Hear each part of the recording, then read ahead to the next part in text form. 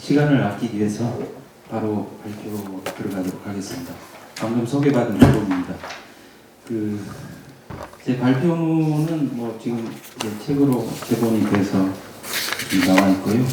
제 발표문의 요지를 말씀드리면 이렇습니다. 첫 번째는 이번 총선 결과는 정치 세대의 인구학적 교체라는 구조적 요인과 보수 야당의 자멸이라는 행위적 요인들이 결합돼서 만들어진 결과다라고 하는 것이고요. 두 번째는 보수 우위에 기울어진 운동장 시대가 종언을 보였다라는 점에서 이번 선거가 한국 정치의 주도 세력 교체를 가져왔다라는 그런 평가는 옳다라고 하는 것입니다.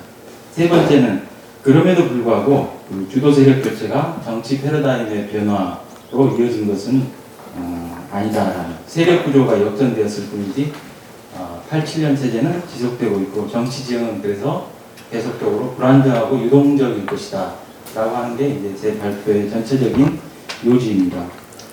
먼저 정치 세대의 인구학적 교체 부분에 대해서 말씀을 드리겠습니다. 해방 후에 우리 사회의 정치는 4개의 역사 시간을 거쳐왔다라고 봅니다.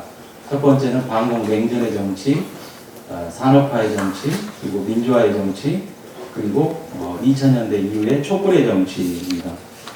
이 4개의 역사 시간 중에서 앞에 3개의 어떤 정치 시간은 대체로 보수 우위에 기울어진 운동장 구조였다라고 할 수 있고요. 다만 촛불의 정치는 2016년, 17년에 일어났던 그런 사건을 지칭하는 것뿐만 아니라 2000년대 이후에 이제 촛불이라는 현상이 지속적으로 계속 벌어져 왔잖아요. 그러니까 2000년대 이후의 정치를 저는 이제 촛불 정치라고 하는데, 이 촛불 정치에서의 특징은 대체로 보수와 진보가 1대1에 가까운 대치 양상을 띠는 형태로 전개됐다라고 하는 것입니다. 근데 그것은 제가 표 1에서 이제 선거 결과를 통해서 보면 84페이지에 보여드렸고요. 이제 이처럼 앞에 3개의 어떤 역사 시간과 달리 왜 2000년대 이후의 촛불의 정치에서는 기울어진 운동장의 구조가 좀 더 평평해진 운동장의 구조로 바뀌었는가, 그 원인이 뭔가 라고 했을 때 저는 이제 가장 중요한 요인으로 정치 세대의 그 인구학적 교체 때문이다라고 이제 그렇게 생각합니다. 그러니까 단순합니다. 그러니까 시간이 갈수록 냉전 권위주의의 가치관을 가진 세대의 비중이 점점 작아지고, 또 탈냉전, 탈권위주의의 가치관을 가진 세대가 정치 시장으로 이제 계속 진입해 들어오면서 정당 정치의 역관계 판도에 굉장히 급격한 변화들이 나타나게 됐다는 것입니다. 이제 그 어떤 과정들을 제가 표 85페이지, 표 2와 표 3을 통해서 제가 이제 보여드렸는데, 그 표를 보면 아시겠지만은, 그러니까 특히 이제 표 3에서 저는 이제 정치 세대를 한국 사회의 정치 세대를 이제 3개로 구분을 했는데요. 이제 하나는 이제 민주화 세대를 중심으로 해가지고 그 이전에 이제 그 민주화 이전 세대, 산업화 반공 세대죠. 그다음에 그 이후에 민주화 이후의 세대, 혹은 이제 포스트 86 세대다 그렇게 이야기를 하기도 하는데, 대체로 특히 이제 민주화 이전 세대, 보수가 주요 이제 지지 기반을 삼았던 민주화 이전 세대가 굉장히 시간이 가면서 지난 20년 사이에 굉장히 비중이 축소되는, 그래서 역관계에 있어서 기본적으로 분리할 수밖에 없는, 이건 이제 굉장히 생물학적 작용이기도 하죠. 이게 이제 가장 요인이 컸다라고 생각을 합니다. 그리고 어떤 그런 변화에 따라서 한국 정치에 있어서 여러 가지 이슈 지형, 혹은 이념적 지형, 혹은 이런 어젠다 지형, 이런 것들이 이제 굉장히 변해왔다라고 하는 것들을 제가 발제문을 통해서 좀 정리를 좀 했었습니다. 근데 좀 한국의 보수 진영은 이런 사회적 변화 흐름에 전혀 대응해오지 못했다라는 것이죠. 그러니까 요즘 은행 업무를 이제 스마트폰으로 많이 보잖아요. 그게 이제 대세이고 표준인데, 연령대별로 스마트폰으로 뱅킹 업무를 보는 그 비율을 이렇게 조사해 본 그런 게 있더라고요. 근데 거기 보면 전체 평균적으로 이제 60%가 스마트폰 뱅킹을 하는데 50대가 이제 50%, 그다음에 60대로 가면 굉장히 뚝 떨어져 가지고 13%가 스마트폰으로 뱅킹을 합니다. 그다음에 70대 이상으로 가면 7%. 그러니까 보수가 이제 주로 60대 이상을 자신의 정치적 지기관으로 이제 삼아왔는데, 그러니까 결국 뭐냐면은 보수는 결국 대세와 표준을 따라가려는 노력들을 전혀 안 했다라는 거죠. 그렇기 때문에 보수는 계속 그 정치 지형에 있어서 계속 불리한 어떤 위치로 계속 몰릴 수밖에 없었다라고 하는 것입니다. 그리고 그런 어떤 사회적인 시대적인 흐름에 대응하기는커녕 오히려 이제 그 흐름에 역행하고 역주행하는 그런 어떤 행위들을 계속 일삼아왔다. 조금 어감이 좀 센데. 네. 안일, 그 다음에 도덕적으로는 굉장히 폐행적이었고, 또 국가 운영에서는 굉장히 무능했던 게 이제 보수였다. 특히 이명박 박근혜 시대는 역사적 관점에서 역사적으로 역주행이고 퇴행의 시대였다. 이렇게 좀 규정할 수가 있겠습니다. 국가 운영에서 굉장히 비상식적인 권위주의에 의존했고 낡은 이념을 부활시켰습니다. 경제적인 면에서도 정권을 잡는 과정에서 국민과의 약속과는 전혀 다르게 나가는 박근혜 정부, 경제민주화, 복지, 이 의제를 선점하는 걸 통해서 정권을 잡았는데 정권을 잡은 순간부터 전혀 다른 방향으로 나갔다는. 특히 박근혜 정부는 보수 혁신에 대한 약속을 통해서 정권을 잡았다라고 하는 굉장히 중요한 부분들이 있습니다. 근데 어떻게 했습니까? 정권을 잡은 후에 박근혜 정부는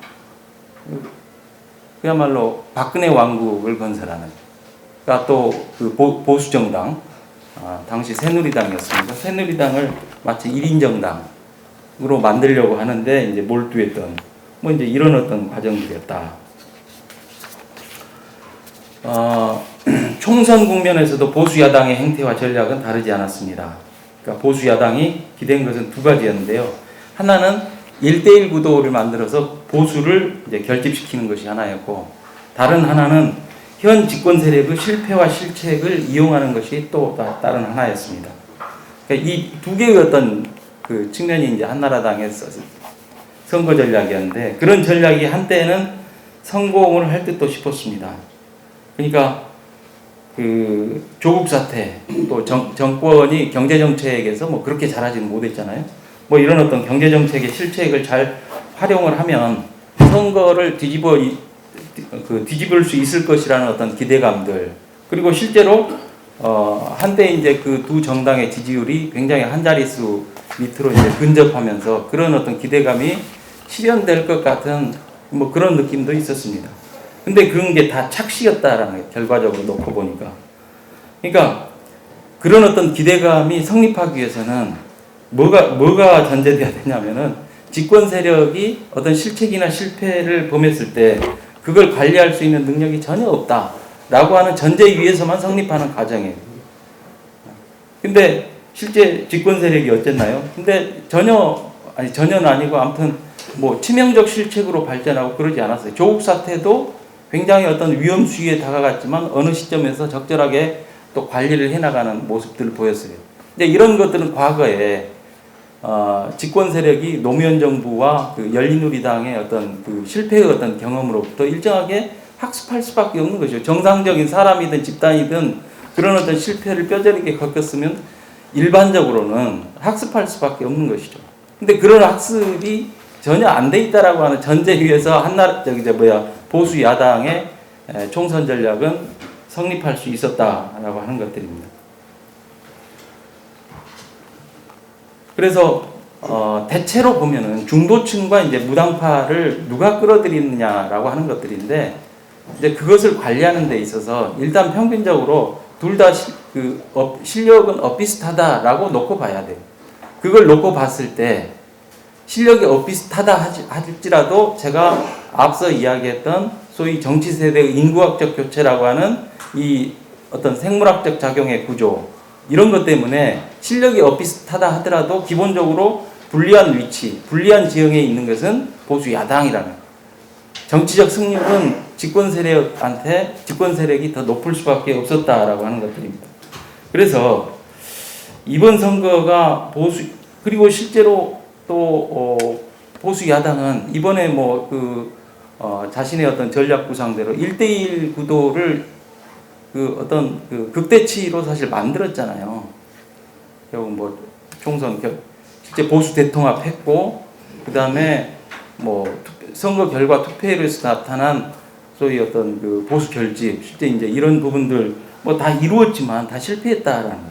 그래서 이런 등등의 선거 결과가 보수 야당에 주는 이유는 앞으로 보수 야당이 승리하기 위해서는 두 가지 조건에서 가능하다.